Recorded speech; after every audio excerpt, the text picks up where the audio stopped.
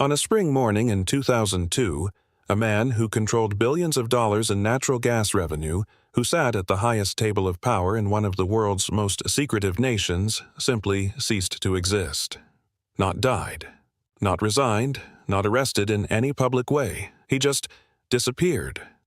His name was Boris Şyhmyradow, and for nearly 2 decades no one knew if he was alive or dead. This is the story of a minister who vanished into a prison system so secret, even human rights organizations couldn't confirm it existed. A man erased not just from public life, but from reality itself. And a government willing to do whatever it took to keep the world from asking questions. The question isn't just what happened to Boris Şyhmyradow, it's how many others disappeared the same way, and why the world looked away. Who he was. To understand how someone can vanish so completely, you need to understand what he was before he became nothing. Boris Şyhmyradow wasn't born into power. He was born into the Soviet machine. Turkmenistan in the 1950s, a place where ambition was dangerous and silence was survival. But Boris was different. He was brilliant with numbers, meticulous with detail, and politically astute in ways that kept him alive while others fell. By the time the Soviet Union collapsed in 1991, Şyhmyradow had positioned himself perfectly. He understood energy economics. He understood how natural gas flowed from the desert beneath Turkmenistan to the cities of Russia and beyond. And most importantly, he understood how to make himself indispensable. When Turkmenistan declared independence, the country needed someone who could navigate the transition from communist republic to independent nation without losing control of its most valuable asset, natural gas. Boris Şyhmyradow became that person. By the late 1990s, he held one of the most powerful positions in the entire country, deputy chairman of the Cabinet of Ministers and the man overseeing the oil and gas industry. In Turkmenistan, that wasn't just an economic portfolio, it was the economy. Natural gas represented over 80% of the nation's export revenue. Whoever controlled gas policy controlled everything. Şyhmyradow wore tailored suits. He spoke fluent Russian and passable English. He met with foreign diplomats and energy executives from Houston, Moscow, and Beijing. To the outside world, he represented the professional face of Turkmenistan, proof that this isolated desert nation could do business with the modern world. But there was another side to who he was, a side known only to those who worked closely with him. He was a man who saw things, who heard things, who knew too much about where the money actually went, and in Turkmenistan under President Saparmurat, knowing too much was the most dangerous thing you could do. The world around him, Turkmenistan in 2002, wasn't just authoritarian. It was surreal.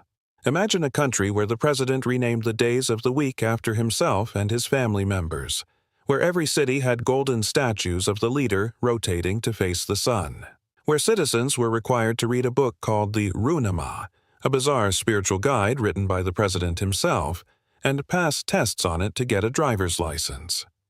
This was the Turkmenistan Boris Şyhmyradow navigated every single day.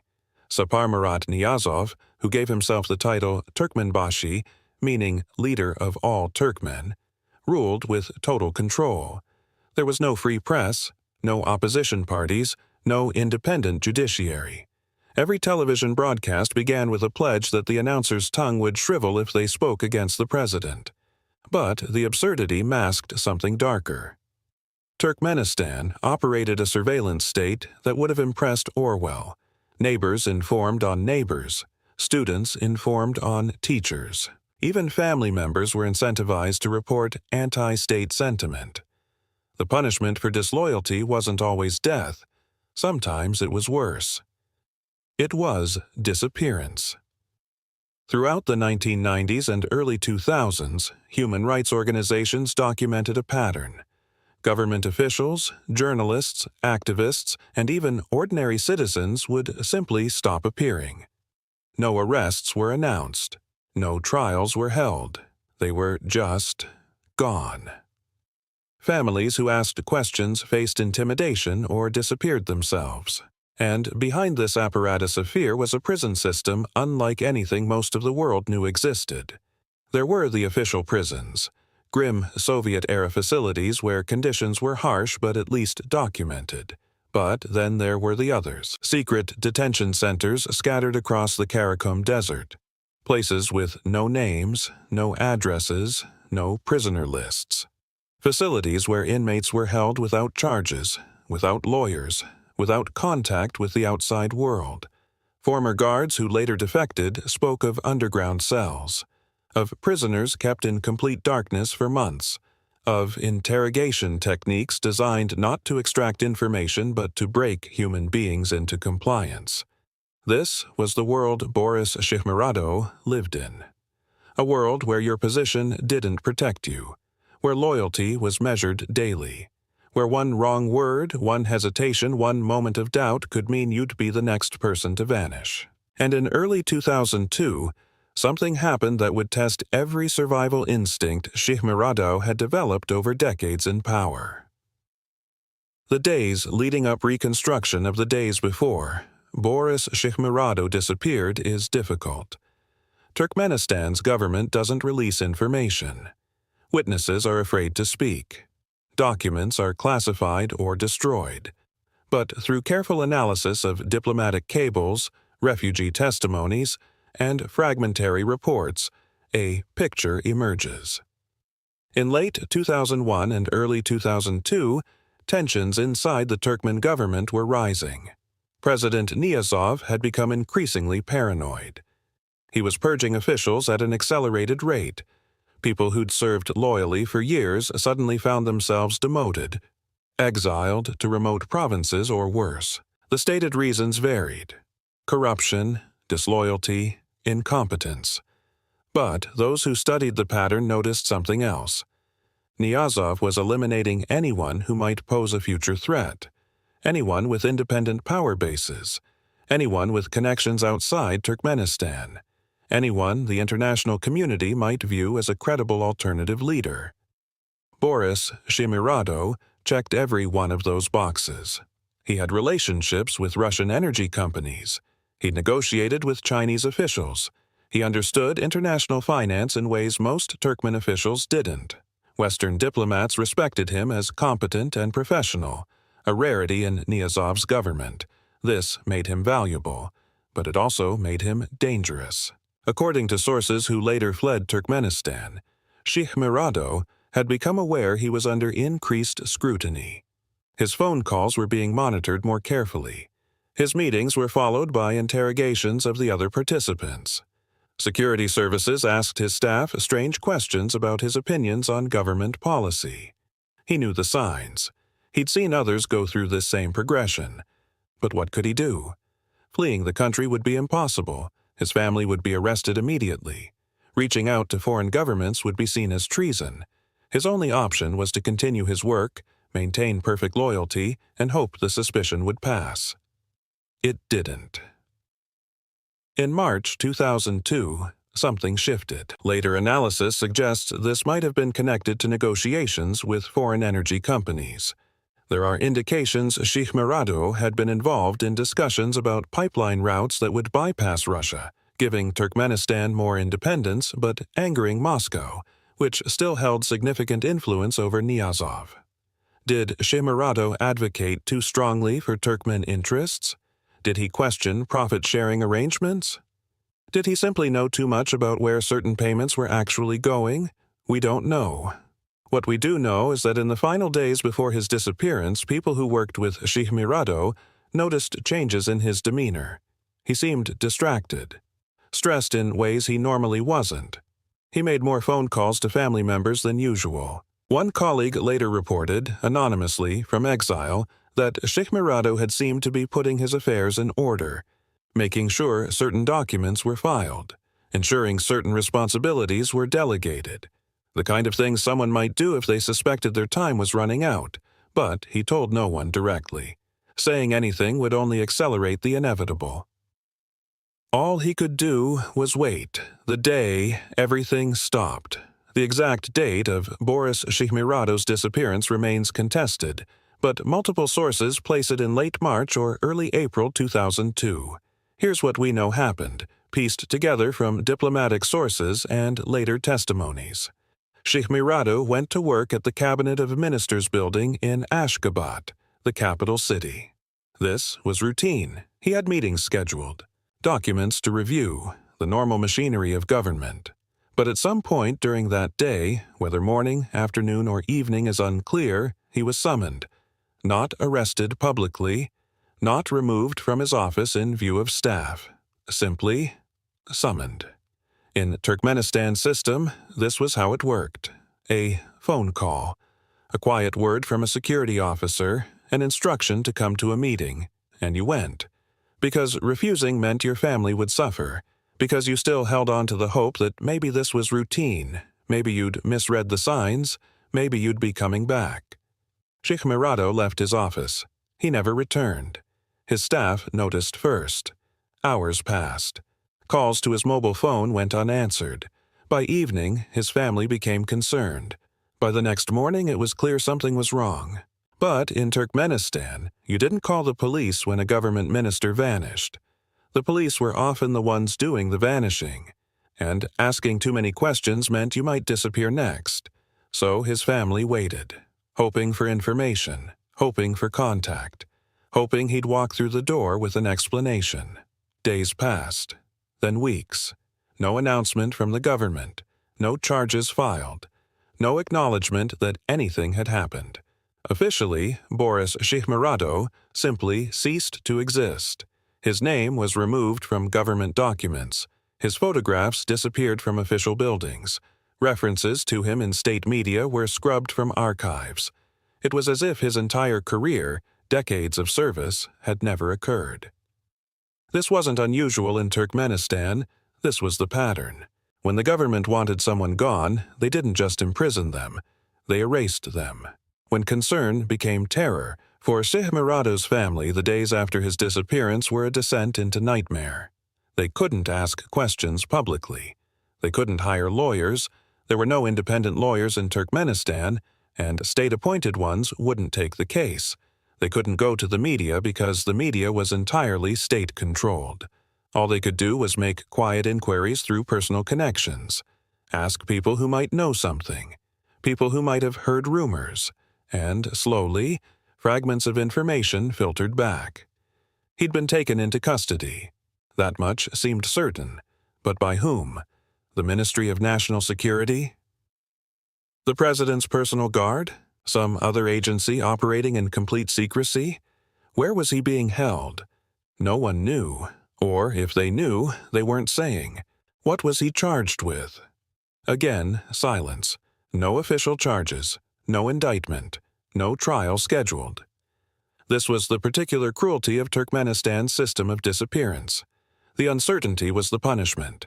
Not knowing if your loved one was alive or dead, whether they were being tortured or simply detained, whether there was any hope of ever seeing them again.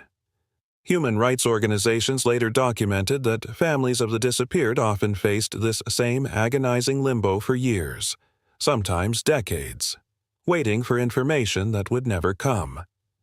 Şyhmyradow's family tried reaching out to international contacts, quiet messages to foreign diplomats, careful conversations with people who might have channels to the outside world.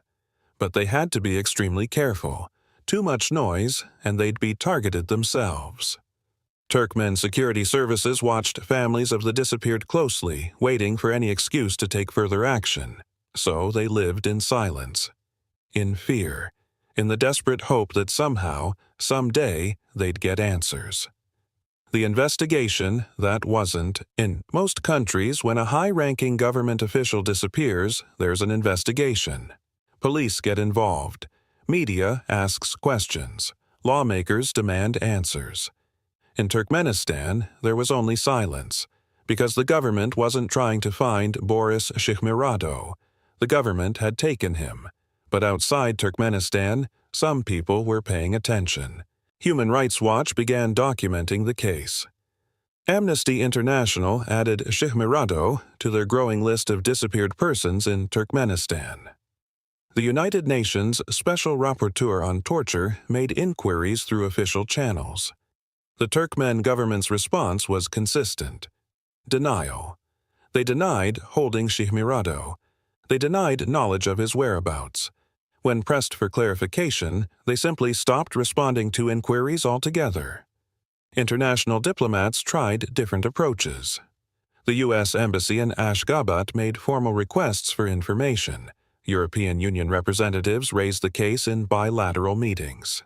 Even the Russian government, which generally avoided criticizing Turkmenistan due to energy interests, made quiet inquiries about what happened to their former negotiating partner. Nothing. It was as if Boris Şyhmyradow had been deleted from reality, and the Turkmen government was daring anyone to prove otherwise. This created an impossible situation for investigators. How do you investigate a disappearance when the most likely perpetrator is the government itself? When every official you might interview is employed by the same system that made the person vanish? When all records are classified state secrets? Human rights researchers tried interviewing Turkmen refugees who'd fled to Russia, Turkey, and Western Europe.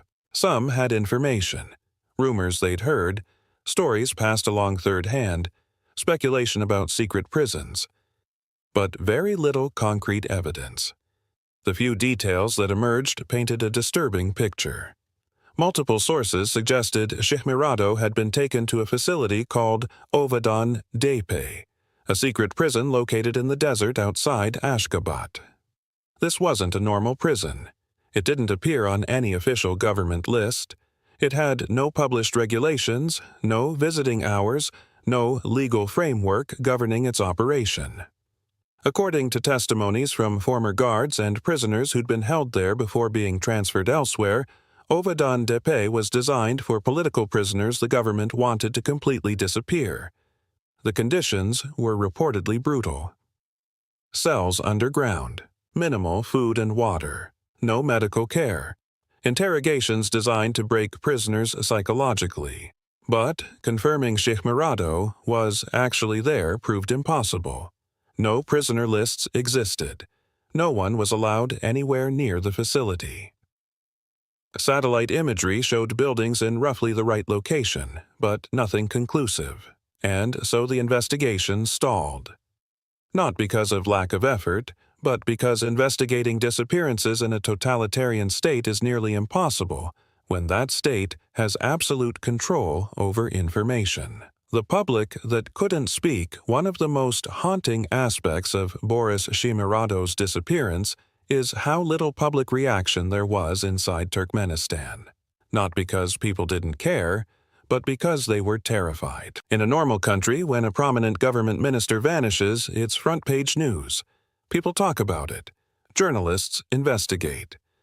Opposition politicians demand answers. In Turkmenistan in 2002, there was no free press, no opposition politicians, and anyone who talked openly about politically sensitive topics risked becoming the next person to disappear. So people spoke in whispers, in careful euphemisms, in conversations behind closed doors where they were reasonably sure no one was listening.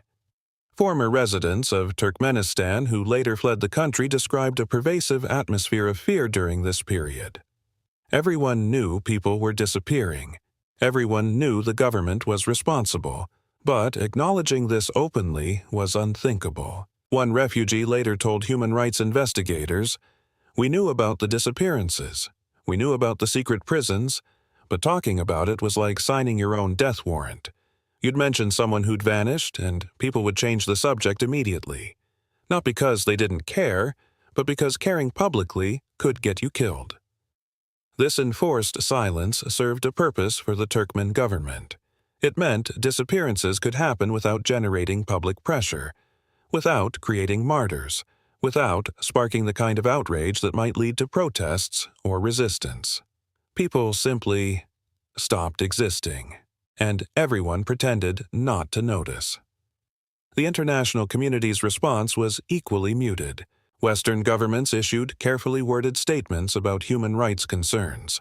But Turkmenistan had something the West wanted: natural gas.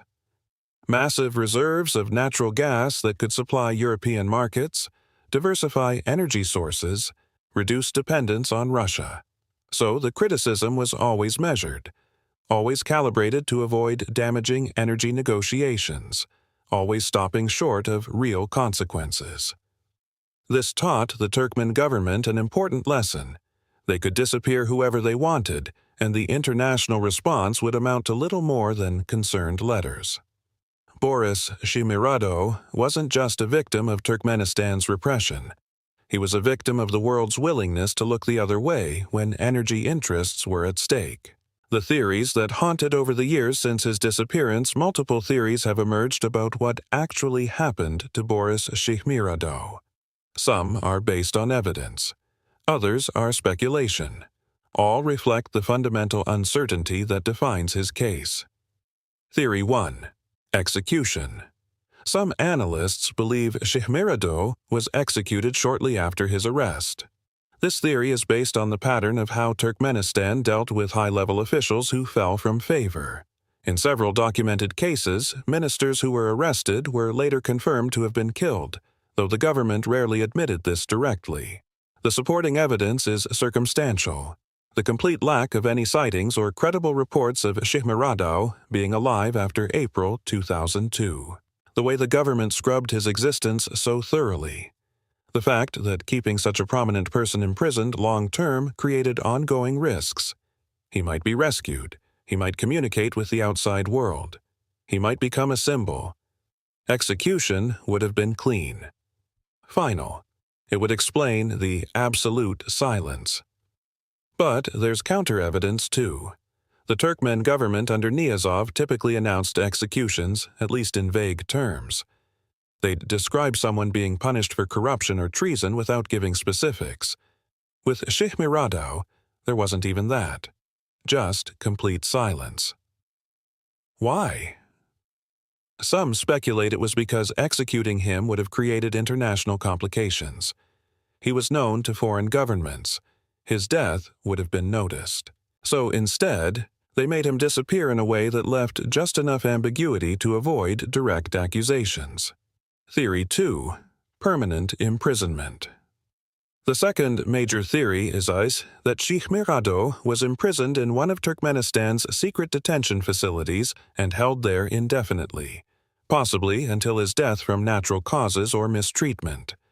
This is supported by testimonies from former prisoners and guards who described seeing or hearing about high-level political prisoners being held in facilities like Ovadan Dipe for years without trial or contact with the outside world. One former guard who defected in 2004 claimed to have heard from other personnel that the gas minister was being held in an underground section of the prison in solitary confinement, under orders that no one was to speak to him or acknowledge his presence. If true, this would explain the lack of information. Secret prisons in Turkmenistan operated with absolute information control. Prisoners often didn't know where they were or who else was imprisoned nearby. Guards were rotated frequently to prevent relationships from forming, and anyone who violated secrecy protocols faced severe punishment.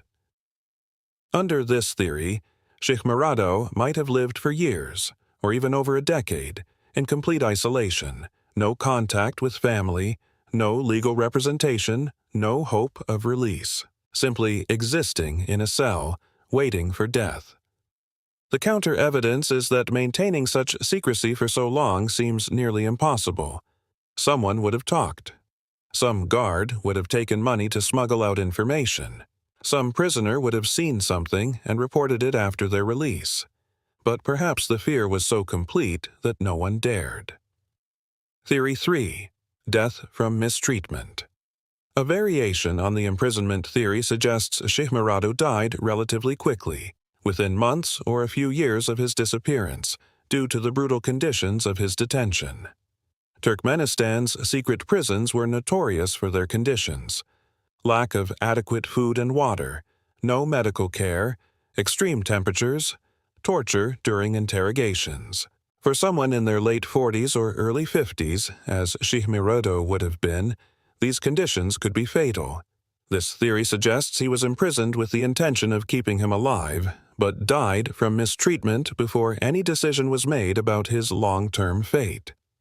The government then faced a dilemma: admit he died in custody, which would raise questions about the conditions, or maintain the fiction that they didn't have him in the first place. They chose silence. Supporting this theory are reports from human rights organizations documenting deaths in custody at Turkmen facilities during this period. Prisoners who entered healthy and died within months from unknown causes.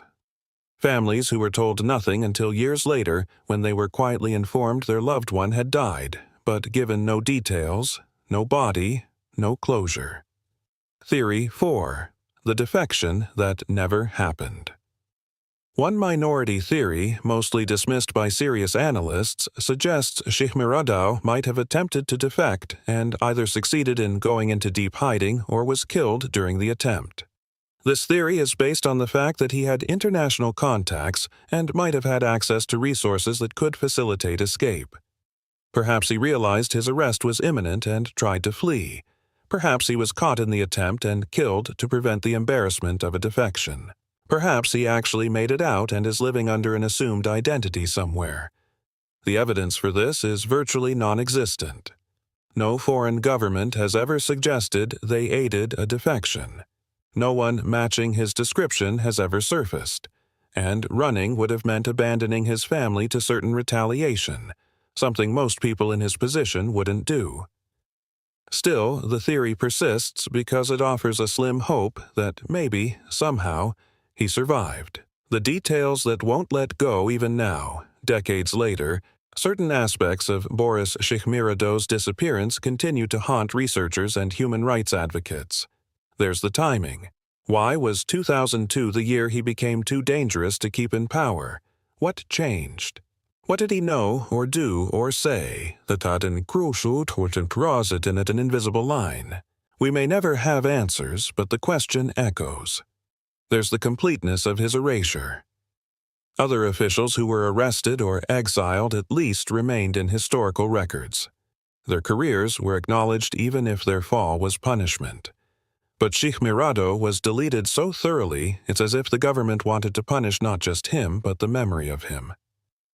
There's the silence of his colleagues, people he worked with for years, people who negotiated with him, met with him, knew him personally. After his disappearance, none of them spoke about him. Not publicly, not even to foreign diplomats in private meetings. The fear ran so deep that even mentioning his name became taboo. There's the international community's failure. Countries that claim to champion human rights continued doing business with Turkmenistan as if nothing happened. Energy companies negotiated contracts.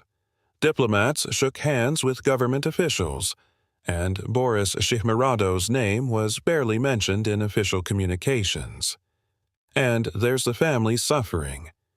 Imagine living for years, decades, not knowing if your husband, your father, is alive or dead, not knowing if he's suffering, not being able to grieve because there's no confirmation of death, not being able to hope because there's no sign of life. Just endless, agonizing uncertainty. Human rights researchers who've interviewed families of the disappeared in Turkmenistan describe this as a unique form of torture. The technical term is enforced disappearance, but that phrase doesn't capture the full horror. It's the weaponization of absence, the weaponization of not knowing. One detail particularly haunts investigators.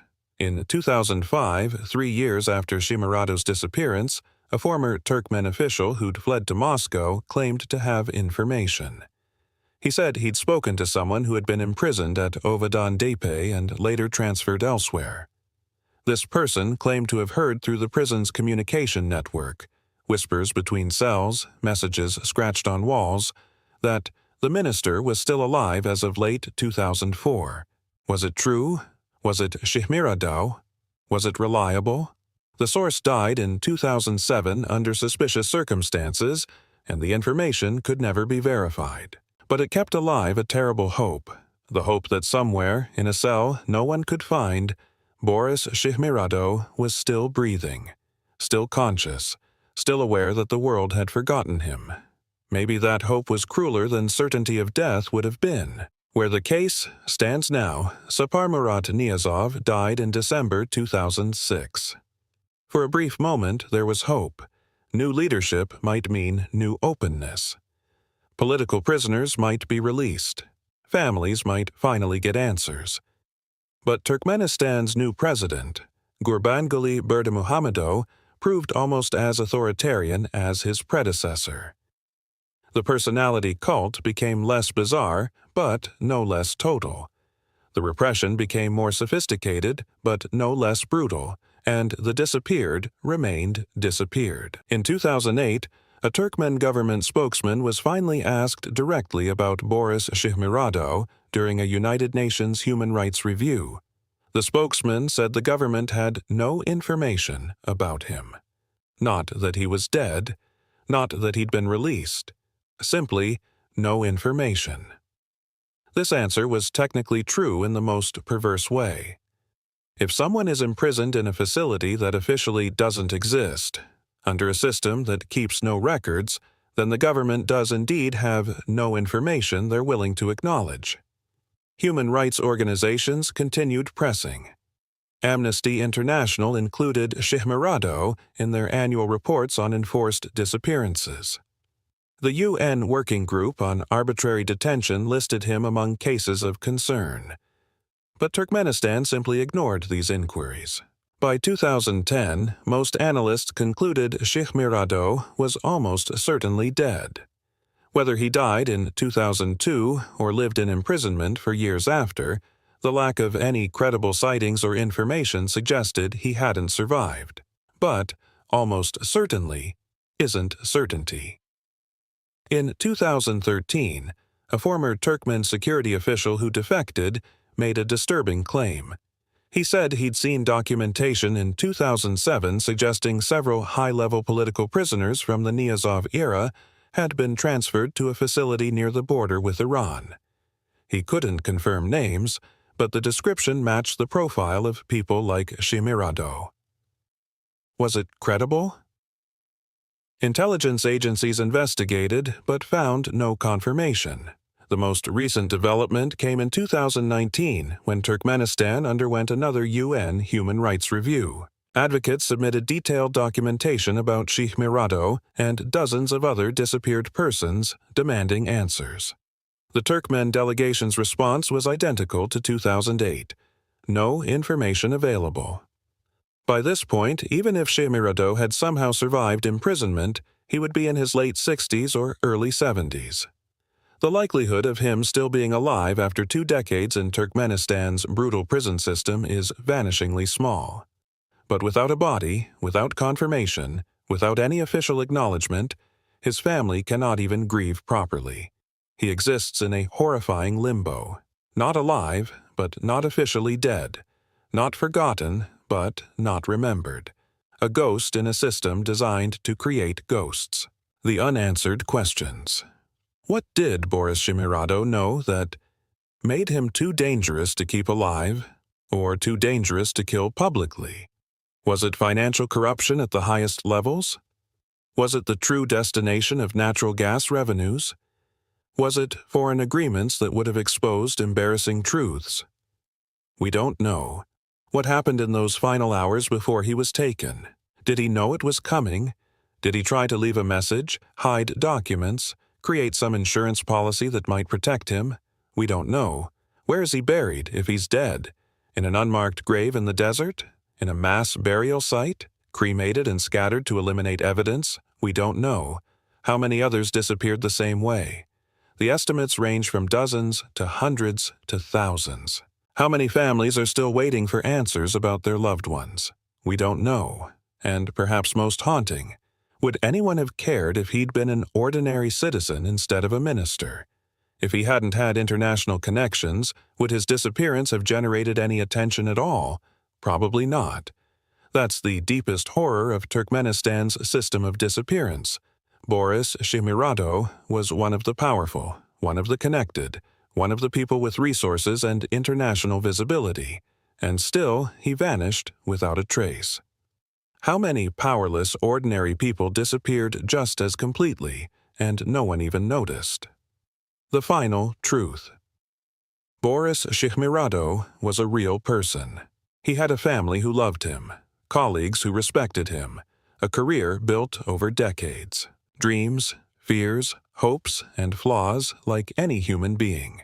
And then, one day in 2002, he stepped out of his office in Ashgabat and was swallowed by a system designed to erase human beings from existence.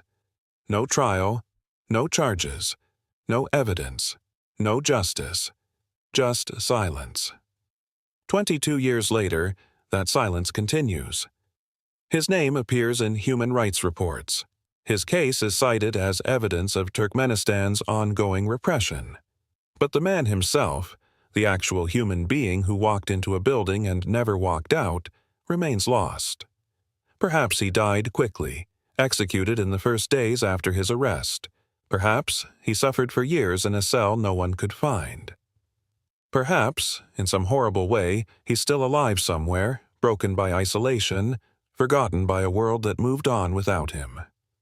We don't know, and that uncertainty, that weaponized absence, is exactly what the system intended. Because disappearing someone isn't just about removing them from power, it's about sending a message to everyone else. This could be you.